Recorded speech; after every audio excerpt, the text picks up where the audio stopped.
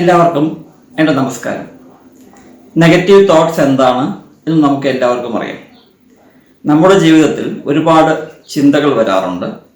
ആ ചിന്തകൾ നെഗറ്റീവ് ആവാം, പോസിറ്റീവ് ആവാം, ന്യൂട്രലും ആവാം. ഇത് നമുക്ക് എല്ലാവർക്കും അറിവുള്ള കാര്യമാണ്. ഒരു സിമ്പിളായിട്ടുള്ളൊരു ഉദാഹരണം തരാം.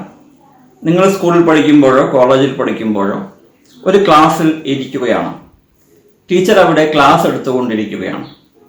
ക്ലാസ് എടുത്തുകൊണ്ടിരിക്കുന്ന സമയത്ത് നമ്മുടെ മനസ്സ് ക്ലാസ് ബോറിംഗ് ആണ്, താല്പര്യമില്ലാത്ത ക്ലാസ്സാണ് എന്നെല്ലാം ഉണ്ടെങ്കിൽ നമ്മുടെ മനസ്സ് ഏതെങ്കിലും ചിന്തകളിലേക്ക് പാളിപ്പോകാൻ സാധ്യതയുണ്ട്, വഴുതി വീഴാൻ സാധ്യതയുണ്ട്.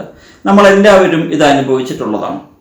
അങ്ങനെയുള്ള സാഹചര്യത്തിൽ ഒരു 3/4 മണിക്കൂറിൻ്റെ ക്ലാസ് ആണെങ്കിൽ ഒരു പക്ഷേ അതിൽ ഏകദേശം ഒരു 15-20 മിനിറ്റ് നേരം നമ്മൾ മറ്റു ചിന്തകളിലേക്ക് വഴുതിപ്പോയിരിക്കാം. അങ്ങനെ വഴുതിപ്പോയി ആ ക്ലാസ് കഴിഞ്ഞു. അതിനുശേഷം നിങ്ങൾ പുറത്തേക്ക് വരുന്നു.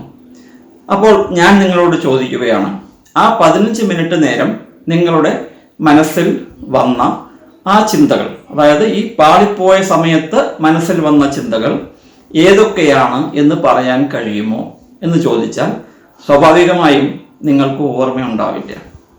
എന്തുകൊണ്ട് ഓർമ്മയില്ല? നമ്മളതിനെ കോൺഷ്യസ് ആയി ചിന്തിക്കുന്ന ഒരു രീതി അല്ലാതെ അത് സബ് കോൺഷ്യസ് തോട്ട്സ് ആണ്.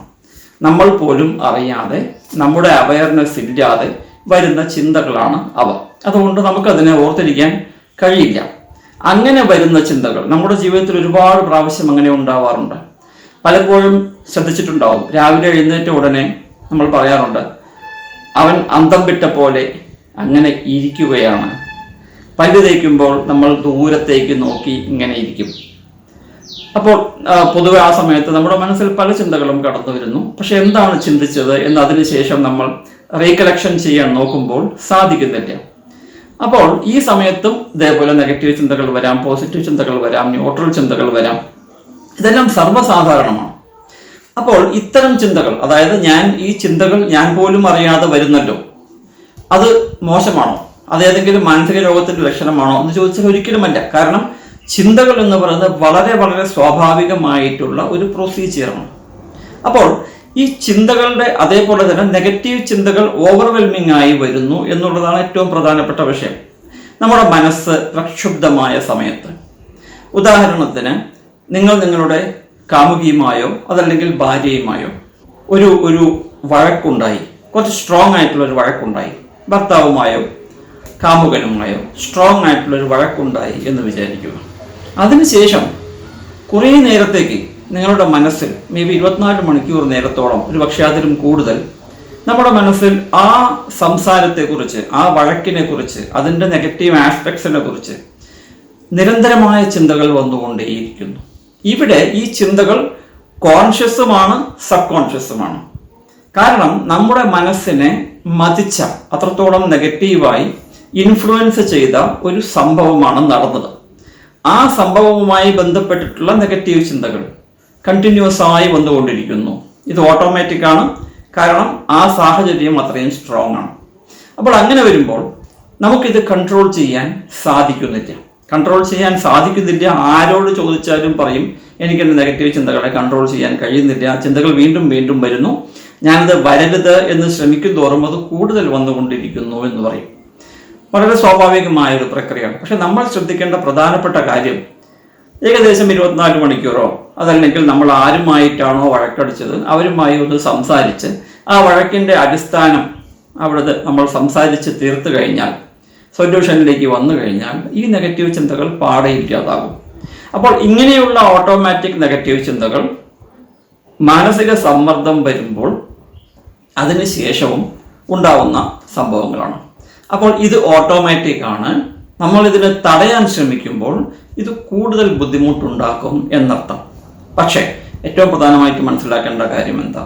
മറ്റെല്ലാ ചിന്തകളെയും പോലെ നെഗറ്റീവ് ചിന്തകളാണെങ്കിലും പോസിറ്റീവ് ചിന്തകളാണെങ്കിലും ന്യൂട്രൽ ആണെങ്കിലും ഞാൻ ആദ്യം പറഞ്ഞ 2 എക്സാമ്പിളിൽ പറഞ്ഞ പോലെ ചിന്തകൾ വരും.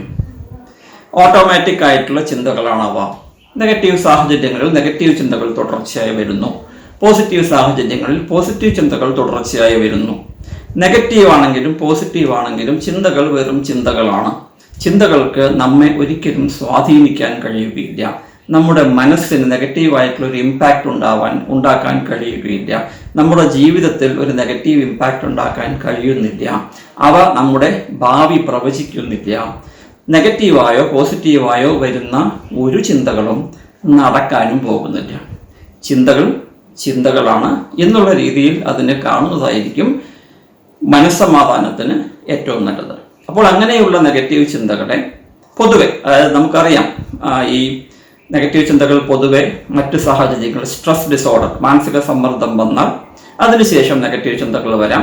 ആങ്സൈറ്റി ഉള്ളവർക്ക് വരാം, പാനിക് ഡിസോർഡർ ഉള്ളവർക്ക് വരാം, പാനിക് അറ്റാക്ക് കഴിഞ്ഞവർക്ക് വരാം, രോഗഭയം, അത് ഹെൽത്ത് ആങ്സൈറ്റി ഉള്ളവർക്ക് വരാം, പലതരം ഫോബിയകൾ ഉള്ളവർക്ക് വരാം, ഡിപ്രഷൻ ഉള്ളവർക്ക് വരാം, ബൈപ്പോളാർ ഡിസോർഡർ ഉള്ളവർക്ക് വരാം, OCD ഉള്ളവർക്ക് വരാം, സ്കിസോഫ്രേനിയ ഉള്ളവർക്ക് വരാം. അതായത് ഇത് എല്ലാ മാനസിക പ്രശ്നങ്ങൾക്കും മാനസിക രോഗങ്ങൾക്കും വളരെ കോമൺ ആയി കാണപ്പെടുന്ന ഒരു രീതിയാണ് ഈ പറയുന്ന നെഗറ്റീവ് ചിന്തകൾ.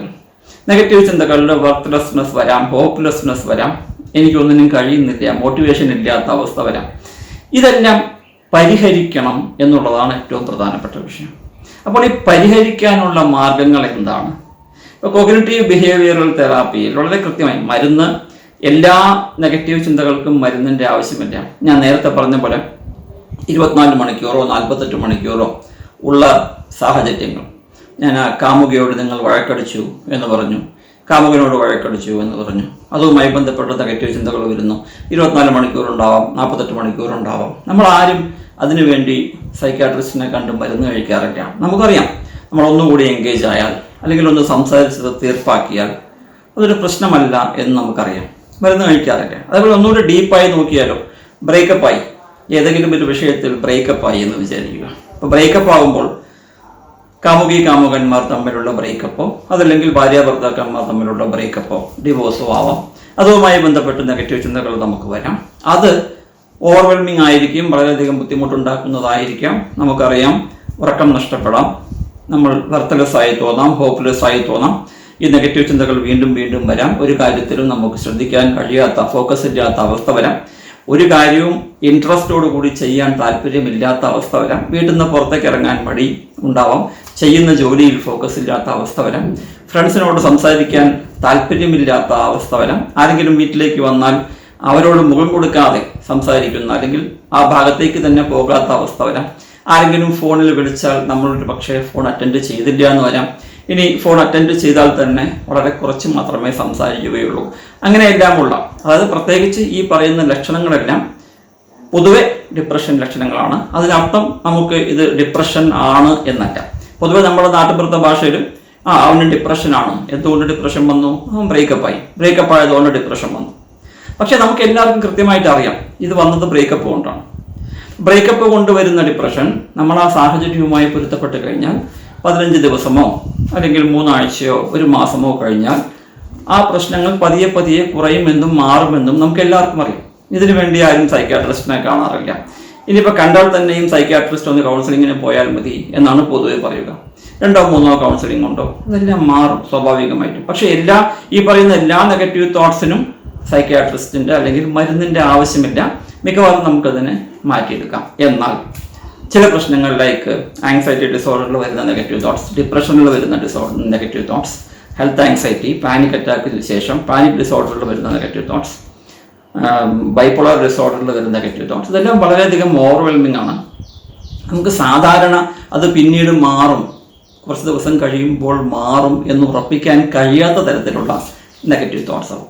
അങ്ങനെയുള്ള സാഹചര്യങ്ങളിലാണ് നമുക്ക് തെറാപ്പിയുടെ ആവശ്യം വരുന്നത്.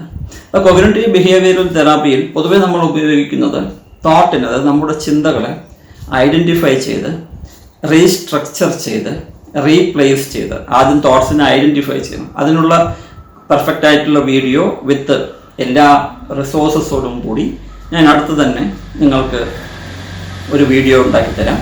ഇപ്പോൾ ഞാൻ പറയുന്നത് കൃത്യമായിട്ടുള്ള രീതി എങ്ങനെയാണ്, എന്താണ് ഈ നെഗറ്റീവ് തോട്ട്സ് എന്നുള്ളതിനെ കുറിച്ചാണ്.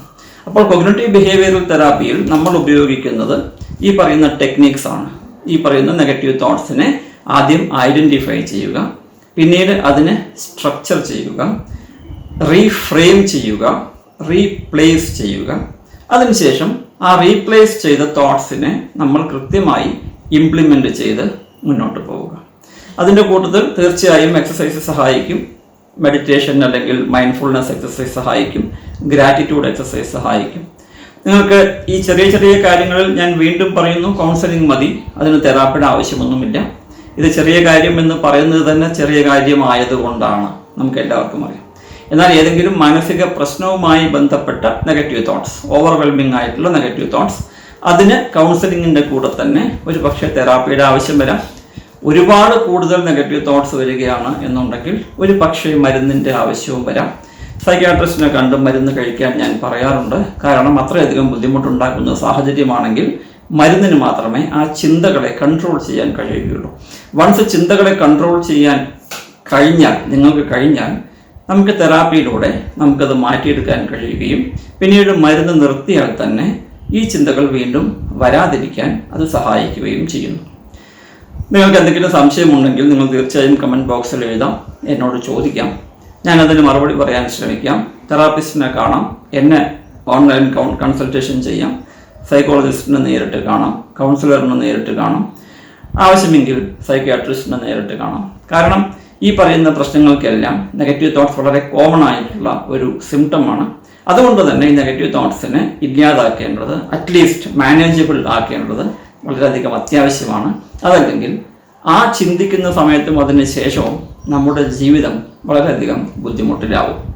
വിഷമിക്കേണ്ട കാര്യമില്ല, ഇത് മാറ്റിയെടുക്കാവുന്നതാണ്.